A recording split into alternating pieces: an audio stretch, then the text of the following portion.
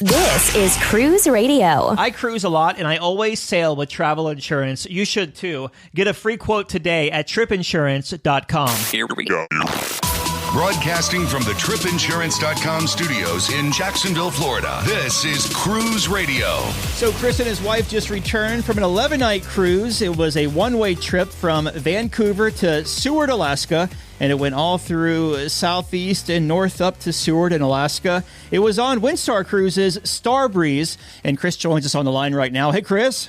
Hello, Doug. Thank you for having me on. Absolutely. Excited to hear about Star Breeze. This was an old Seabourn Cruises ship that Windstar got a few years back and completely refurbished it. So before we get to the ship itself, as we always do, we're going to take a step back. Give us some pre-cruise thoughts. You're out there in Wisconsin. What made you want to fly over there to Vancouver and take that 11-night northbound on Star Breeze? It was a bucket list item for us in 2019. And so we booked it and was looking forward to a 2020 summer cruise. And of course, with the pandemic, that got pushed to 21 and then again pushed to 22. So third time was the charm for us. And the 3 years not only gave us the opportunity to think more about it and plan different excursions, but this year was our 30th wedding anniversary. So it was a double whammy for us. We got to go and it was our 30th wedding anniversary. So we picked an itinerary this year where we would be on the ship for the occasion. Oh, that's very cool. Well, congratulations. And you make your way from, where do you fly out of? Madison going west? We did. Okay. Yeah, we went from Madison all the way to Vancouver. No issues on the airline. A beautiful airport, easy way to get through customs, and headed right to our hotel from there. Gotcha. So you did like a one-night pre-cruise? We did, yeah. We stayed right down by Canada Place at the Marriott Pinnacle, and allowed us the opportunity. Got a room that overlooked the harbor, and hopes of seeing the ship when we woke up in the morning the next day. Very cool. And so you got to look right down to where you'll be boarding in a few hours then. That, along with the seaplane base that they had there, and watching those planes go in and out like bees in a hive, and it's just pretty cool to watch those landing in the water and taking off, and literally people with briefcases getting out of work and walking on these planes and heading off to their little island homes wherever they may be. So it's a whole different culture up there. Yeah, so cool. So you make your way to the cruise terminal to Canada Place to board Star Breeze. How was the embarkation process? It could have been a lot better. We'll put it that way. When we got up early in the morning, we did our reconnaissance, walked out to Canada Place and said, hey, we're about a half mile away. Should we just walk here? We checked out where we'd be checking in and said, yeah, let's bring our bags. So we went back to our room and checked out of the hotel and walked to Canada Place. As walkers, you're directed down the parking ramp underneath Canada Place there, where the buses drop off passengers, only to find that there were no bag porters, none. And a bunch of people starting to line up. The Grand Princess was there, as well as the Zuiderdam. And so it was quickly filling up with passengers, all with their bags, not knowing what to do. We all were told to go in an elevator and go one story down where the porters would be. Well, just to think that 1,000 people trying to get in a 10-person elevator took a little bit of time. Yeah. And once we made our way down there, it was the second level of the parking garage where the taxi cabs actually were dropping off. And you could find the cages for each of the ships that you could drop your bags off. And so that was our first kind of, this isn't very good. And we kind of figured out that it's probably a labor thing. But we finally got our bags handed off and went to check in. The second thing for your listeners, Windstar does not check in at portside. They check in on the ship. All we had to do was try to find the ship. And we kept asking, how do we get to the ship? And they're like, you have to check in first. And we said, there's no place to check in. We made it through customs and then found the Windstar waiting area where they had us wait in groups of 20. You could see it right there. You want to get on board, get checked in, all that good stuff. We finally made it on board and it was beautiful. But from shore to ship was 90 minutes total time. That was probably the most disappointing part of our whole trip. Nothing to do with Windstar. All had to do with Canada Place and checking in and how to get as a walker or someone getting off the bus through the whole process of finding customs and also security. So the security line at Vancouver, we found out it was only the second time The Star Breeze was there in Vancouver, and many of the people didn't know about this check-in process, and they wouldn't let us go through security without our room keys. Well, we didn't have room keys because we were not checked in yet. And they finally found a special line for us that somebody had a list of names where we could show our passport and then let us through security. So just some interesting things that we found on embarkation. But once on the ship, just a fantastic experience. Yeah, certainly sounds like an interesting embarkation experience there, but you made your way on the ship 90 minutes later. What were your first impressions of Star Breeze? Beautiful. It even smelled new still. It's been at sea, I think, for a year since the refurbishment and adding 50 new cabins on board. And they got you get in on deck 5 where the reception desk is. The great thing about having to wait so long is we walked into our room and guess what? Our bags were there already. So that was the first time we've ever experienced saying, hey, we could get unpacked here immediately. We don't have to wait for our bags to come. Yeah, it's very rare that your bags actually beat you. Very rare. The fact that the ship holds 312 passengers, and for this cruise, we had 191 that set sail from Vancouver. So not even a full ship. And so getting the bag quickly was probably part of that, and also probably the delay on getting on board. But yeah, I was so happy to see them there and put everything away, and we were able to explore the ship right away. What kind of stateroom did you have for this 11-night cruise, and what were your thoughts of it? So we took there's two options. Of course, they're all outside. So there's porthole cabins on the lower deck, and then there's big window cabins. And then there are a few called French balconies, where it's a double door that opens onto a balcony that's about a foot wide by about 6 feet across. Just enough to get out there and see the beauty of Alaska. So we upgraded to get that. As it turned out to be beautiful, getting by a glacier that was calving and opening it up in the morning, waking up and hearing it right from your cabin was fantastic. And the difference between the newer cabins that they added to the ship and the existing ones from when they bought it from Seabourn is the existing ones have the living room towards the windows or towards the French balcony, and then the bed towards the bathroom side or the entrance. They switched that around when they added the new cabins on there, where the bed is closer to the windows or to the French balcony and the living room as you walk in. So it gives you a better feel of walking in. Yeah. We just didn't like the fact of having your bed right next to the window, especially in the afternoon, where you could stand there and get your binoculars out and not have to worry about the bed being in the way. Yeah. So either way, they're beautiful. Walk-in closet in the cabin. Was something we've never experienced before. And then the bathroom having double sinks, beautifully remodeled. All the rooms have been remodeled, not just the 50 they added in. It was great. It was beautiful. And plenty of plugs as well, as people may ask for that as well. So being a European ship in many ways, when it was first built for Seabourn, there's more European sockets than there are ones that we would be used to. So you need to bring your converters because next to the beds, it's all European sockets. But up near the refrigerator or the front part of the suite, that's where they've remodeled and added some USB ports as well as other outlets to put in. So we had brought ourselves a kind of a extension cord type thing that had plenty of plugs, and we're able to take care of all of our needs.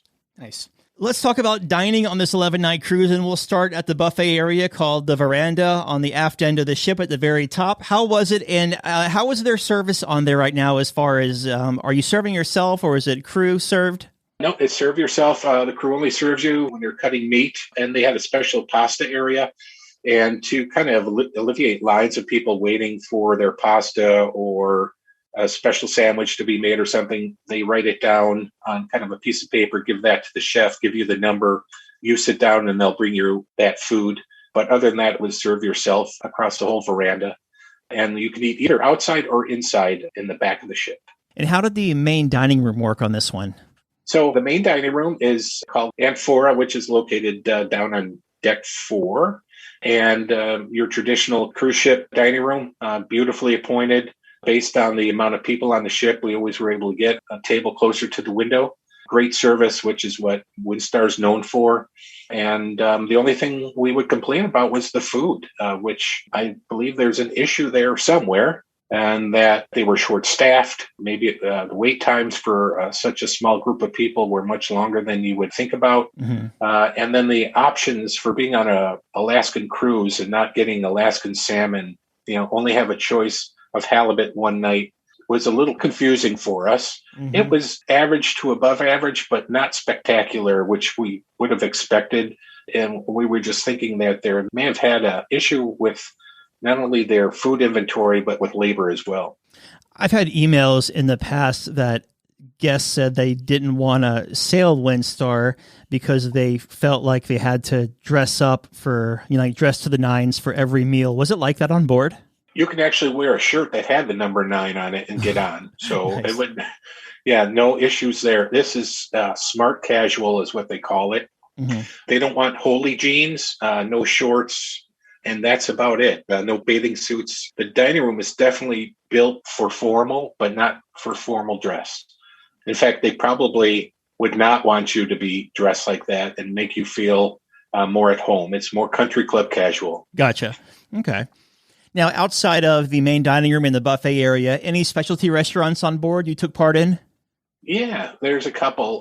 There's called Candles in the back. So veranda, so the buffet turns into a outdoor restaurant at night. And so for an Alaskan cruise, sometimes it's a little tougher to eat outdoors. But the nights we were at port until 7 or 8 o'clock at night, obviously it was open on the outside. If it wasn't open on the outside, they would have you sit inside. And just there, it's almost one-on-one service. It's by reservation only. And again, casual. And mostly you would consider that, quote unquote, their steakhouse, because that's where you would get mostly your steaks and fish from there. Or you could get anything off the Amphora restaurant menu as well. And they would bring it to you outdoors. So beautiful spot. We spent a lot of our time eating there just because of the beauty of you're traveling about 5 to 10 knots, probably more closer to 5 knots through these fjords. And to be stuck in a dining room and missing everything outside, you wanted to be at Candles Restaurant. And then they had one called Quadro 44, which is a tapas restaurant. It's just all different tapas that they would serve you. They'd give you the menu, but wound up giving you everything so you could sample. And it held maybe 30 people. So it's a smaller restaurant. Again, reservations only. And both of those restaurants are free of charge. So there's no extra cost to eat at them. But a great experience for something a little different, especially since you're on board for 11 days to go have something different there. And then they had a grill up by the Star Bar. So on the pool deck, it's by Stephen Richland, he's a barbecue aficionado. And he's their celebrity chef that has come up with all different types of barbecue that they serve up there at lunch hour only. So nothing at dinner time, but that was a nice specialty area to get, whether it's going to be barbecue brisket one day or barbecue pork, ribs they had once, and just to have that nice barbecue taste and being served by professionals and curated by a barbecue pro was really cool. Nice. Well, with the veranda buffet being converted into Candle, does that mean there's no buffet open at nighttime? There's no buffet at nighttime. No, it's then it's strictly room service. If you just want to get something and eat at your room, you could also order on the deck. So if you're sitting at the pool side, you could have room service right there as well. And they're very accommodating. For example, there's only one bar open until 6 p.m., and that's the Star Bar part of the by the pool. But we later found out that their yacht club, which is up on deck 8 forward, which is their coffee place, where you can get all specialty coffees all day long, and pastries, finger sandwiches in the afternoon. If you wanted a drink there, they just bring it there for you as well. Their regular lounge bar opened up after 6 p.m. And I don't know if those times are always there. Maybe it was because there was a smaller group of people traveling, but we didn't mind it much. There was plenty of options for us for what we were looking for. Let's talk about entertainment or enrichment on this 11-night cruise. How was it for y'all? So the enrichment was fantastic. So on the ship, they had 8 different expedition leaders, and they are all specialized in different parts of Alaska, whether they specialize in whales and whales only. We had a couple of people on board that were specialists in glaciers. We had in birds. in trees and floral. And they would give actual presentations every afternoon where we would sit in if we were back from our excursions to learn about their craft and things to watch for at our next port. So it wasn't your traditional port excursion talk about, book this, book that. It was literally about what we were going to see and, what kind of bears were out there for this next port or what whales to look for. And so that was pretty amazing. And from an entertainment side, Windstar is really not known for the entertainment part. Our cruise manager was an opera singer who also sang other than opera. She sang most of the time in different ways. We had a jazz band on board and then a duo that did what I would call the fancy karaoke. Although one of the guitarists did pretty well, everything else in the background, it just sounds like might as well just put on the radio right. and we'll listen to music ourselves. But the best night on the ship is always the crew night when they bring all of their talents and some amazing things that the crew does. And from singing to dancing and different tricks and magic that they performed one of the nights. That was probably the best night from an entertainment perspective. But on an Alaska cruise, if you really want to do your cruise, by 9:00, you are done for the day. Whether you've been kayaking all day or hiking all day, the night activity is not as popular on the Alaska cruise. Well, with less than 200 people on board, how were sea days as far as crowds and congestion? I could show you some pictures where we were the only ones on the pool deck. Wow. It was beautiful. It was like our own ship. We worked out. They had a beautiful new workout facility with big windows. And there's pictures of us on treadmills or on their spinning bikes with the glaciers just there. And so an amazing time to get your hour of exercise in before heading out and then getting back from your excursions, whatever you did that day, going back up to the pool deck, and the pool was heated, a beautiful pool with a hot tub there as well. And being the only ones up there, it's like flying first class. I don't know if I ever want to go on a crowded ship again. Mm-hmm. Yeah, absolutely. I hear you. Let's talk about the ports of call on this 11-night cruise. What we'll do here is give us the first one, a highlight from that, and we'll move to the next one. We started, obviously, in Vancouver, as you mentioned, Inside Passage. So the first day was at sea, and that's where we got to start seeing whales. Headed up to Ketchikan as our first port of call, which most cruise ships do, whether they're northbound, southbound, or doing the round trip out of Seattle or Vancouver. Ketchikan is kind of the place where everybody stops. And right there, we did an e-bike and hike. So we did an off-ship excursion there.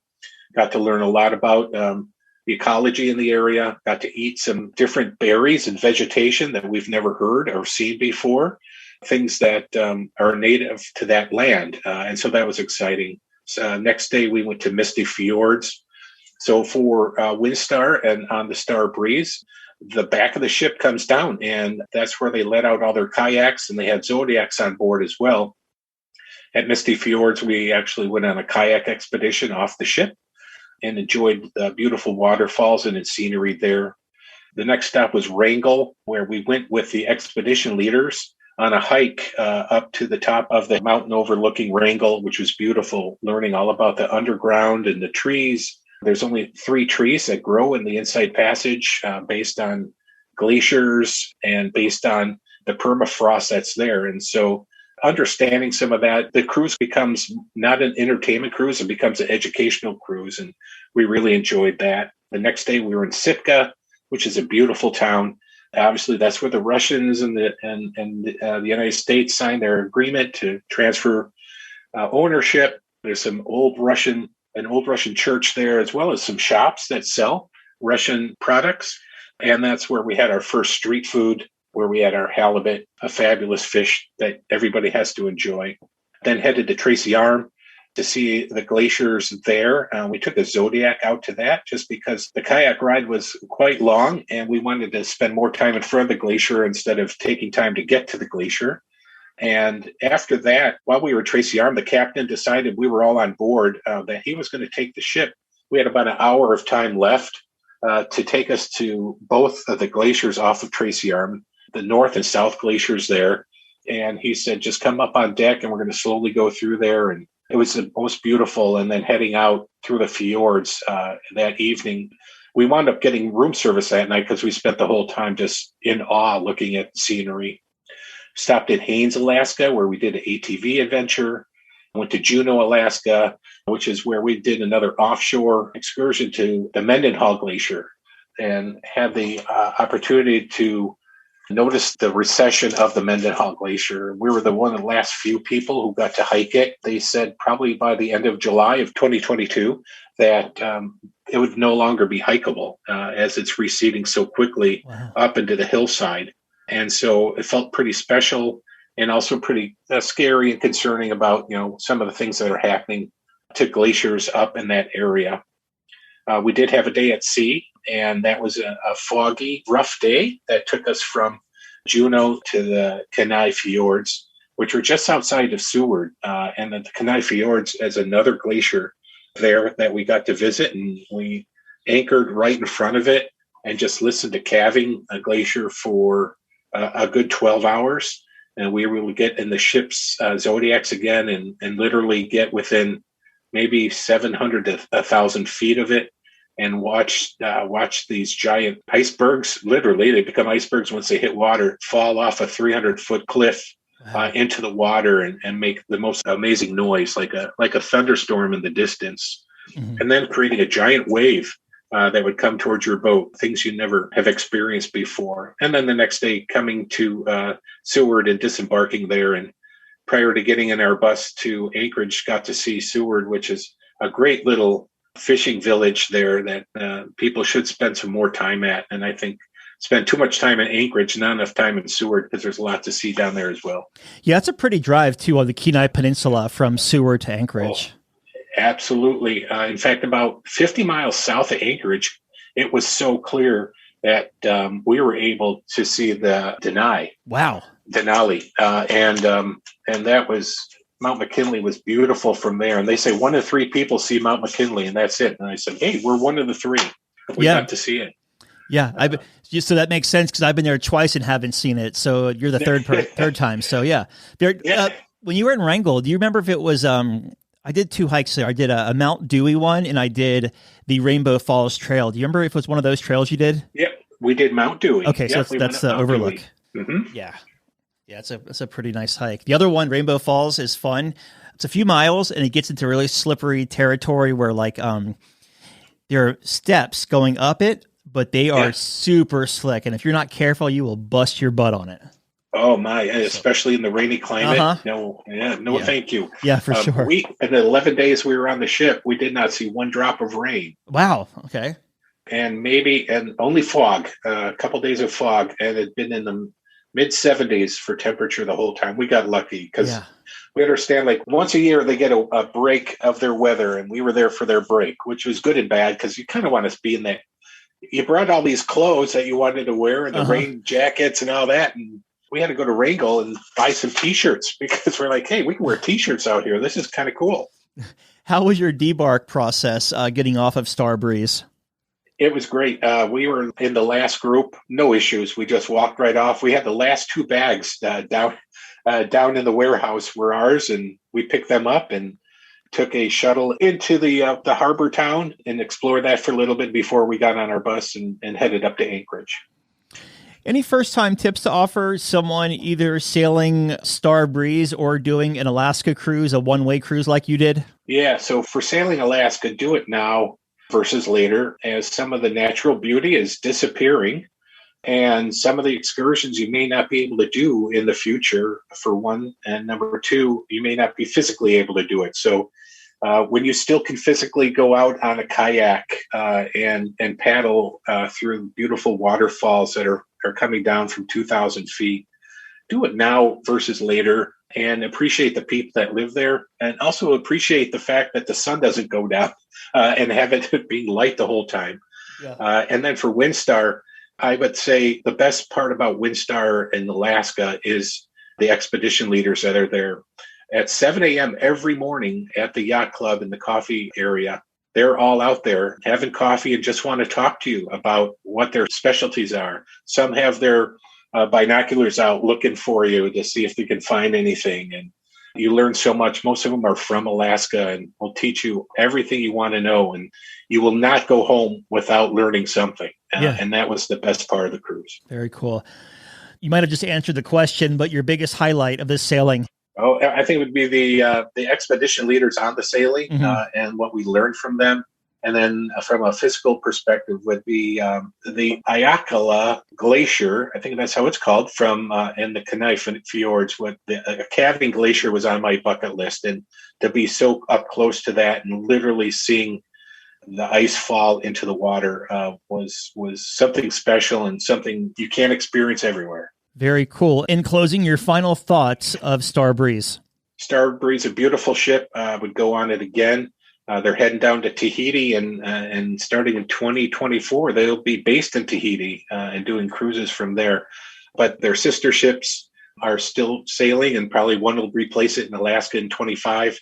Something definitely, it's the best ship to be on, other than other small ships like Seabourn or Silver Sea. Don't think of it as a fancy ship. Think of it as an expedition ship at that point when they're in Alaska, because they can get in those small ports and get in those fjords where the bigger ships can't. And that's something very special.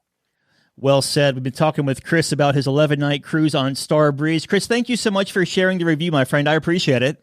Thank you. Appreciate it. I can't wait to give you another review, which means I would have gone on another cruise, which I can't wait. A big question we get at Cruise Radio is, how do I know if I need trip insurance? Simple answer. If you're getting on a plane, taking a road trip, or getting on a cruise ship, you need to have travel insurance. Hey, it's Doug Parker from my friends at tripinsurance.com. Not only does tripinsurance.com protect your vacation investment, but it also gives you peace of mind in case anything were to go wrong on your trip. How do they do it? They offer 3 different types of trip insurance policies. Good, better, and best. One policy for every vacation budget. But it doesn't just stop there. They're up to 40% lower when you shop around on other comparison sites. Plus, tripinsurance.com offers 24-hour customer support before, during, and after your trip, online claims assistance, and travel alerts to let you know what's going on at your destination. But find out for yourself. Check out tripinsurance.com. All right, Dougie, let's see what we got for you, buddy. Cruise Radio is produced at the tripinsurance.com studios in Jacksonville, Florida. Get cruise news, ship reviews, and money-saving tips every Thursday on Cruise Radio. If you've enjoyed this episode, please subscribe to the show. If you want to help spread the word, give Cruise Radio a 5-star review. Find Cruise Radio where you listen to your favorite podcast or online at cruiseradio.net. I'm your announcer,